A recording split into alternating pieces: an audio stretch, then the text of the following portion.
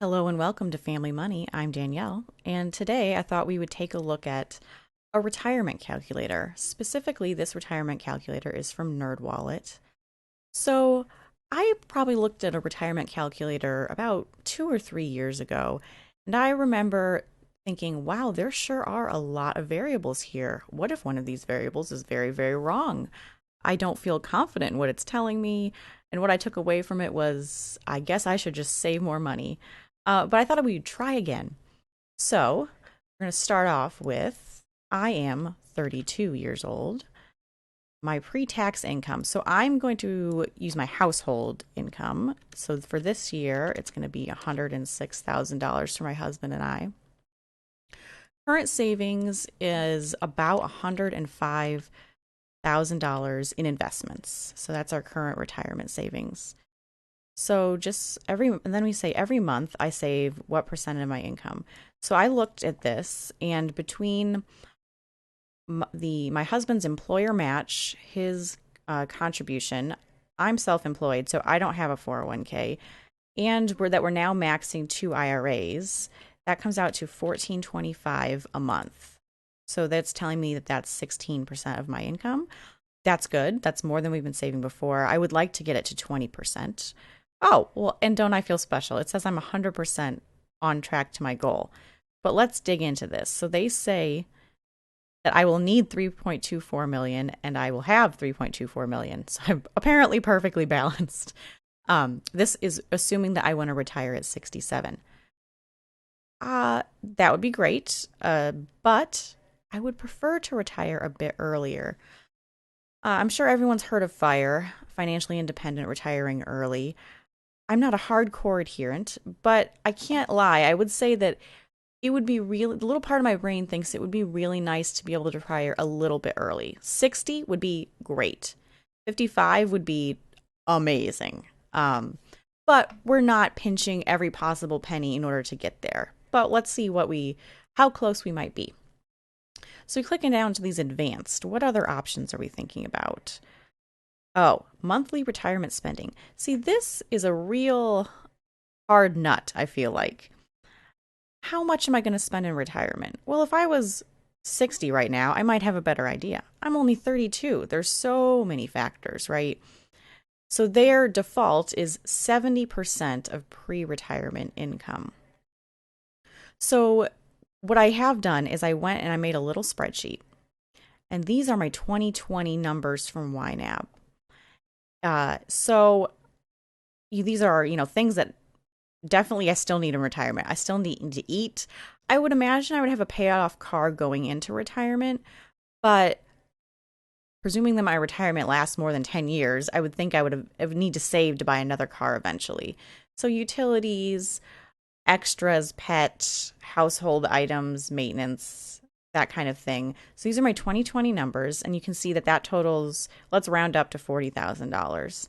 What this does not include any retirement savings. I won't be saving for retirement. This does not include what I currently save in my 529 plan for my child. This does not include my mortgage payment or child care. That's a big one. So it doesn't include vacation, mostly because I had no 2020 numbers for vacation. And also, these are some big wild cards.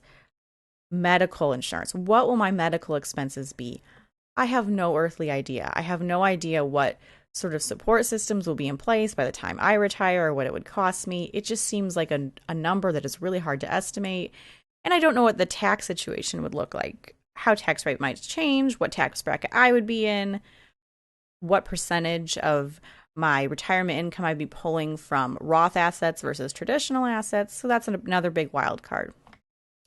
So you can see in 2020, our gross salary was $101,000. So this minimum spending here is about 40% of our gross salary. Now let's add on some things because we didn't account really for medical insurance or taxes. Let's just add, for safety's sake, another 20% and say that as far as we can see the future, it seems like we could retire on 60% of our gross income. So then I feel more comfortable with this 70% number. I feel like, okay, that is perhaps a reasonable number. So what happens if I knock it down? If I knock this down to 60% of my pre-retirement income, then it lowers the amount that it says I will need to only 2.8 million. So, but what if I want to retire not at 67, but at, oh boy, oh, these numbers, they're going fast. They're going fast. Oh no. Oh no.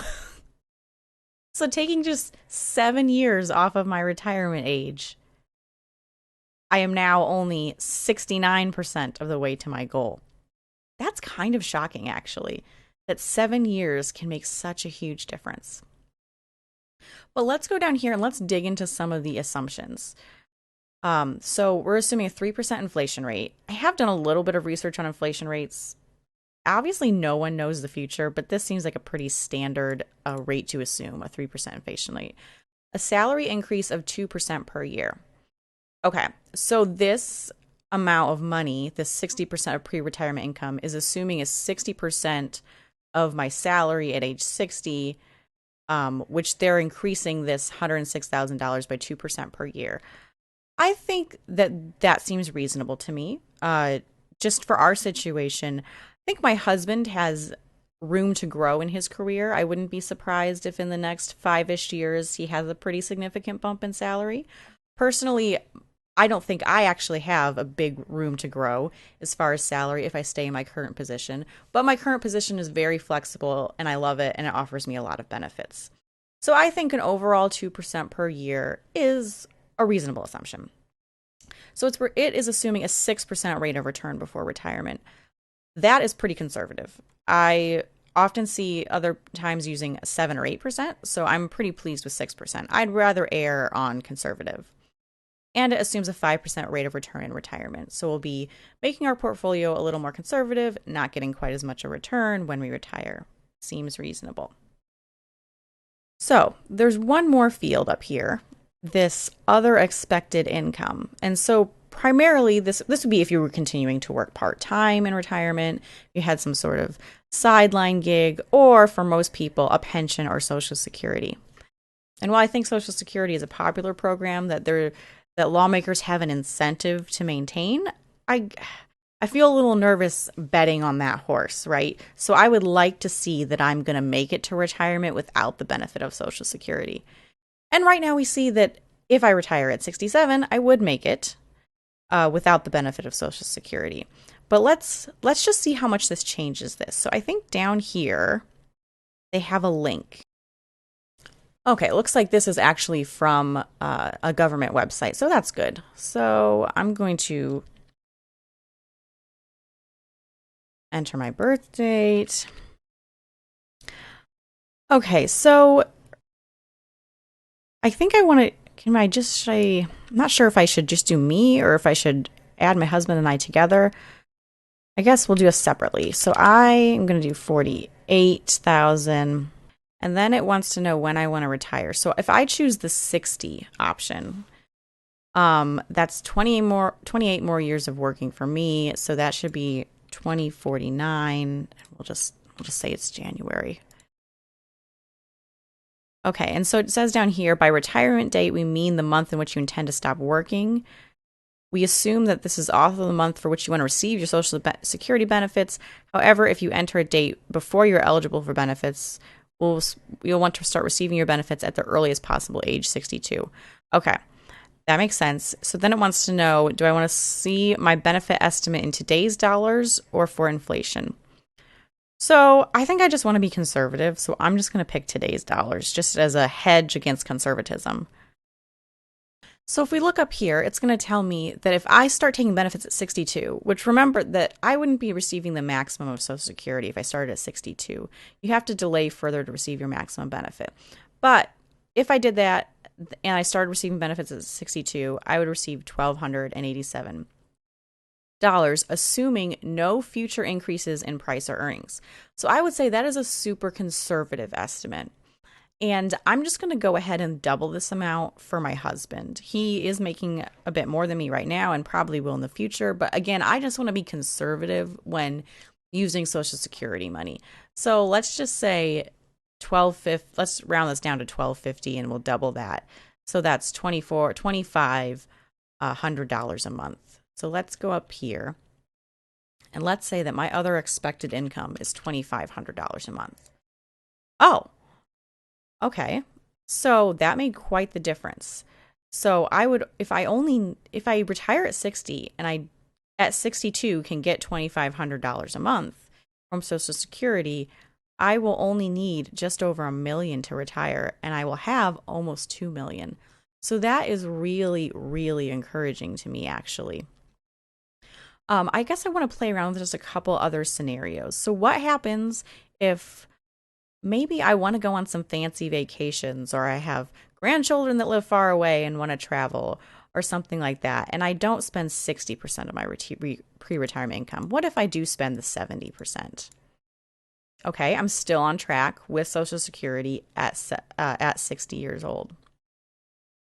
Okay, and now, so this savings rate, this 16%, is probably going to be our savings rate for 2021. We do have a goal of reaching 20% sooner rather than later. So, just what happens if we go up to 20%? Okay, how much more money will I have? That's 1.98 million and 2.28 million. Okay. That's good to know. But I'm going to bring this back down just for being conservative. And now let's play with a few other things. So now I'm at my current savings rate. I've bumped it up to 70% of my pre retirement income. I picked a conservative number for Social Security, and I can retire at 60. Hooray. Could I retire at 55? Oh boy, it's getting close. Oh boy. No. Okay, so we're not quite there, 92% of the way goal to retire at 55. Now, let's just tap what happens again if I bump this up to 20%. Oh, we're so close, so close. And if I bumped this back down to 60%, then we have enough. So I actually really enjoyed this exercise, mostly because it made me feel good that we are on the right track. Because when I look at my current savings of $105,000 in investments, I got to admit, it doesn't feel like I'm going to get to these $1.5 million, $2 million numbers, considering that I am 32, right? I'm into my 30s. I'm not 25 with $100,000 in investments, but the reality is that these numbers grow quickly once you get it started. I've heard it said that like the first 100,000 is the hardest. So we've just really passed that mark. And hopefully we'll start to see those gains. Now, obviously, we could have a stock market crash tomorrow and I'd lower this number and feel real sad. But hopefully over in the long term, this 6% return rate that it's predicting will pan out. So my takeaways from this are we're actually doing a good job, and that barring disaster, if we continue at this rate, we will have a secure retirement.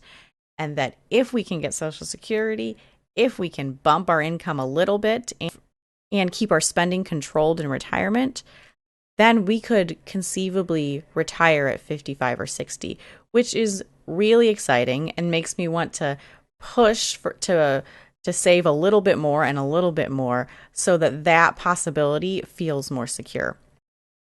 So let me know if you've played around with retirement calculators. Maybe you enjoy this one, or there's another one that you would recommend.